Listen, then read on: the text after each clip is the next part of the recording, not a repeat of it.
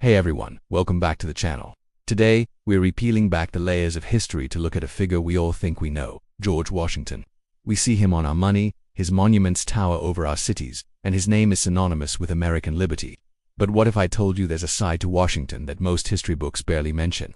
A story that's complex, uncomfortable, and absolutely crucial to understanding the man and the nation he helped build. This isn't about tearing down a hero, it's about understanding the whole, complicated truth. So, grab a seat, because we're about to uncover one of George Washington's most profound and personal struggles, his lifelong, deeply entangled relationship with slavery. Let's start at the beginning. George Washington was born into a world where slavery was a fact of life, especially for a Virginian landowning family. He wasn't just a passive observer. He became a slave owner at the tender age of 11 when his father died, inheriting 10 enslaved people. This wasn't a small part of his life. As he grew, so did the number of people he held in bondage. His estate, the famous Mount Vernon, was not just a home, it was a sprawling plantation, powered by the forced labor of hundreds of men, women, and children. By the time he married Martha Dandridge Custis, their combined estates held over 300 enslaved individuals.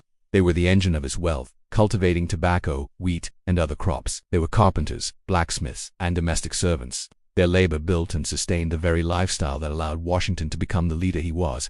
Now, you might be thinking, well, everyone owned slaves back then, and while it was common in his social class, that's where the story gets more complex. Washington wasn't just a typical slave owner. He was also the man who led a revolution, fought on the ideals of liberty and the belief that all men are created equal, and this massive contradiction did not escape him. We know from his private letters and journals that this was a subject that weighed on him, especially as he got older. He started to refer to slavery as a great evil and expressed a private desire to see it abolished. In one letter, he wrote that he wished for a plan by which slavery might be abolished by slow, sure, and imperceptible degrees. So why didn't he act on it? This is the core of the dilemma. Washington was a pragmatist, almost to a fault. He was obsessed with the idea of national unity for the fragile, new United States. He knew that any strong, public move against slavery would have torn the country apart before it even had a chance to stand. The southern states, whose economies were completely dependent on enslaved labor, would have likely seceded, so he made a political calculation.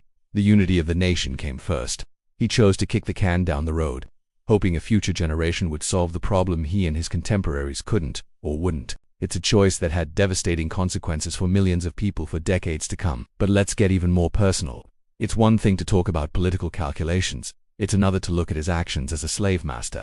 Washington was known for being a very demanding manager of Mount Vernon. He expected maximum productivity. He meticulously tracked work, food rations, and clothing. And yes, there were punishments. While he may have preferred not to use the whip himself, he authorized his overseers to do so.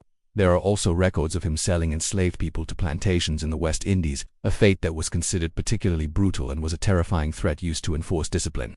He also relentlessly pursued those who tried to escape to freedom. One of the most famous cases is that of Ona Judge, one of Martha Washington's personal attendants. When she escaped from the president's house in Philadelphia in 1796, Washington used his power and resources, even as president, to try and recapture her. He was furious, not just at the loss of property, but at what he saw as a personal betrayal. Ona Judge, however, successfully eluded him for the rest of her life, living as a free woman in New Hampshire. Her story is a powerful testament to the relentless human desire for freedom. So we have this picture of a man torn. On one hand, he's privately expressing his moral opposition to slavery. On the other, he's actively participating in its cruelty, buying and selling human beings, and hunting down those who dared to seek their own liberty. He was trapped, not just by the political reality of his time, but by his own financial interests and the deeply ingrained social structures of his world. Mount Vernon, his home and his pride, was inseparable from the institution he claimed to despise. Freeing the people he enslaved during his lifetime would have meant financial ruin and social ostracization. He wasn't willing to make that sacrifice. This brings us to the final act of his life, and perhaps his most telling. In his will, George Washington did something almost unheard of for a man of his stature at the time. He ordered that all of the enslaved people he owned directly be freed upon the death of his wife Martha.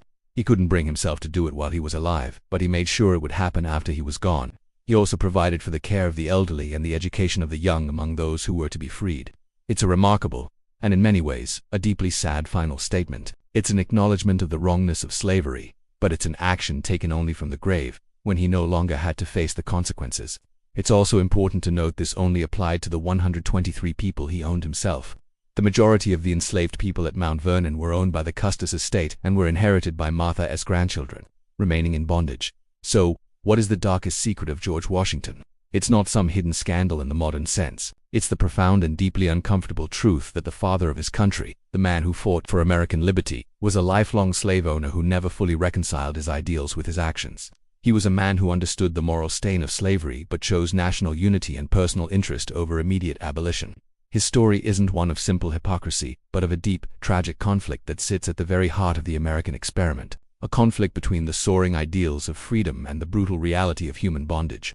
Understanding this contradiction doesn't make Washington less important to American history, but it makes him more human, more flawed, and ultimately it makes our history more honest. It forces us to confront the fact that the United States was built on both liberty and slavery, and the legacy of that contradiction is something we are still grappling with today. Thank you so much for watching and for engaging with this complex topic. History is rarely simple, and it's by exploring these difficult truths that we can better understand who we are and where we came from. If you found this video thought-provoking, please hit that like button, and be sure to subscribe for more deep dives into the stories you thought you knew. Let me know your thoughts in the comments below. See you next time.